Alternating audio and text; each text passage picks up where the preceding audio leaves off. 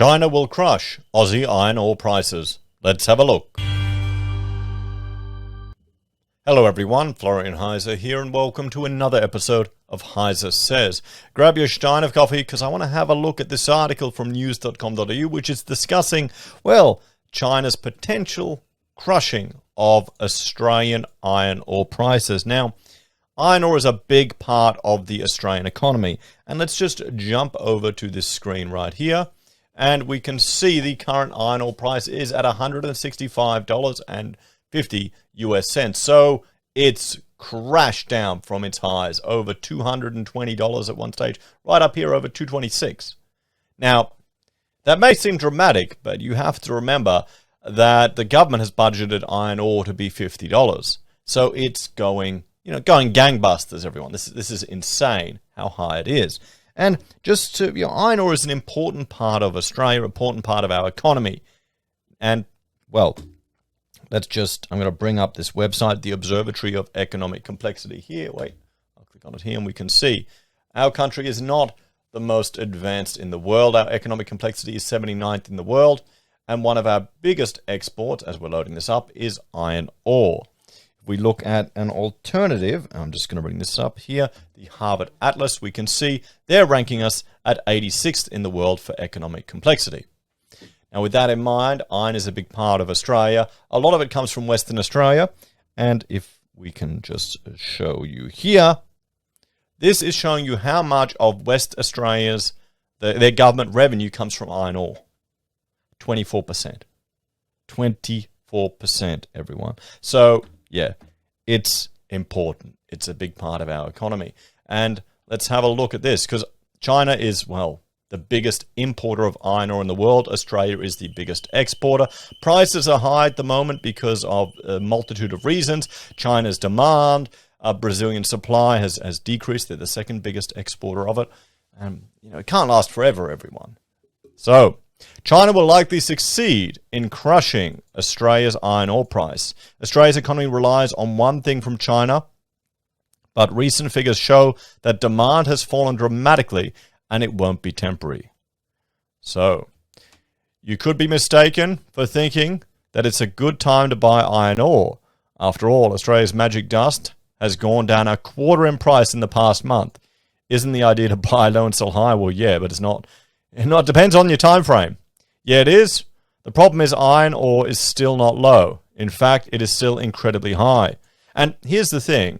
With the prices of iron ore and other raw materials, that affects the capital expenditure of a lot of these mines. It affects how much they're investing in it, how much they're expanding.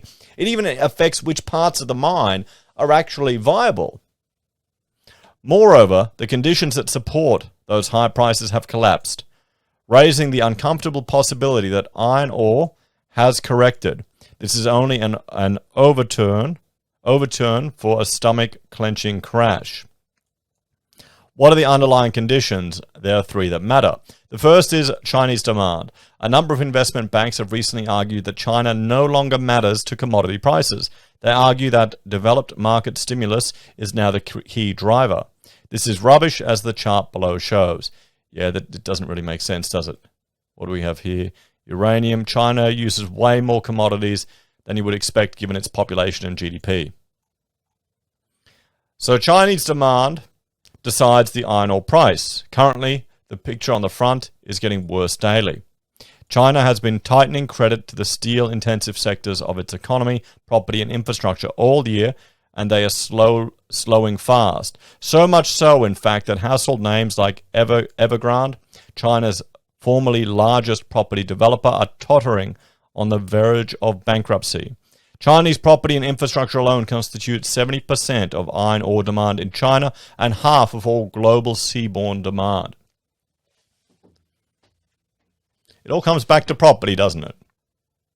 To ensure this slowdown is translated as quickly as possible into lower iron ore prices, Chinese authorities have demanded unprecedented levels of output cuts from their sprawling steel mills. This has lifted the price of steel as supply falls, but they obviously need less iron ore as well. There you go. So rising iron ore supply. Sadly for Australia, this demand crunch is coinciding with the second reason for collapsing underlying conditions for high iron ore prices, rising supply. In recent company reports, the world's two largest iron ore producers, Vale and Rio Tinto, both confirmed their production guidance for the second half of this year. Because both have had weak first halves owing to bad weather and other difficulties, they will need to significantly accelerate run rates in the second half to reach the targets. This is the realms of an annualized 60 to 70 million tons more than was available in the first half of 2021. And that brings us to the last reason that iron ore is in such a hot mess. Less demand and more supply means a surplus of iron ore. When any commodity market turns to abundance, one thing happens ahead and above all others. The price of that commodity falls to the highest cost marginal producer. That is, the price falls to a point where the miner or farmer that has the highest production cost in that commodity starts to feel the pinch and so cuts output, helping stabilize prices. Because this iron ore boom has been so fast, under heavy COVID pressures and distortions, there is no new high-cost iron ore producers in the market.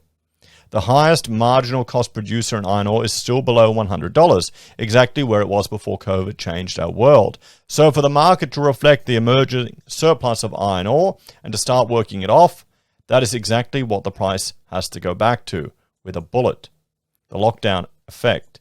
Finally, there is one more factor to consider which might make things worse or better. Delta lockdowns are spreading in China, exacerbating the slowdown already underway. For now, it is making the Chinese commodity demand slump worse. But if it gets out of hand, it could trigger another panic stimulus in the very sectors currently under pressure, and that would short-circuit any iron ore crash. Thus, oddly, a delta shock is the iron ore price's best hope of staving off a crash to $100 by Christmas. And this is written by David Linwell-Smith, is chief strategist for MB Fund and MB Super.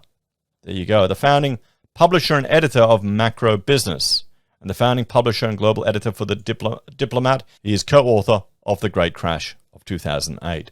So there we have it, everyone. China could crash our iron ore here in Australia. Well, what's the solution to this as an investor? What do you reckon? Well, let's get on the soapbox. Now, of course, I've done it wrong again. Is this something that we should consider as an investor? Are you going to short it? Or are you worried that Delta will spread in China and then that will evaporate because of increased stimulus? So would you go the opposite? How are you going with your steel and your iron ore investments? How's your Fortescue? How's your Rio? You know, I've noticed Fortescue's shaved off a little bit, but they're still profitable and the price is still very high. What do you reckon? It's anyone's game.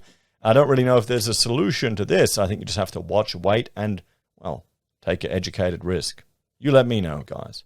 As always, thanks for watching. Like, share, subscribe to the channel. If you're a fan and enjoy the content I create here, there are a few ways you can find us or support us. You can join us on YouTube or Patreon. Sign up for SelfWealth or Stake. Use our affiliate links at Amazon, eBay, Independent Reserve, or AussieBroadband. Buy merch from HeiseSays. Use Gold Pass from the Perth Mint. Or support us via PayPal. Take care. I'll see you all next time. Bye for now.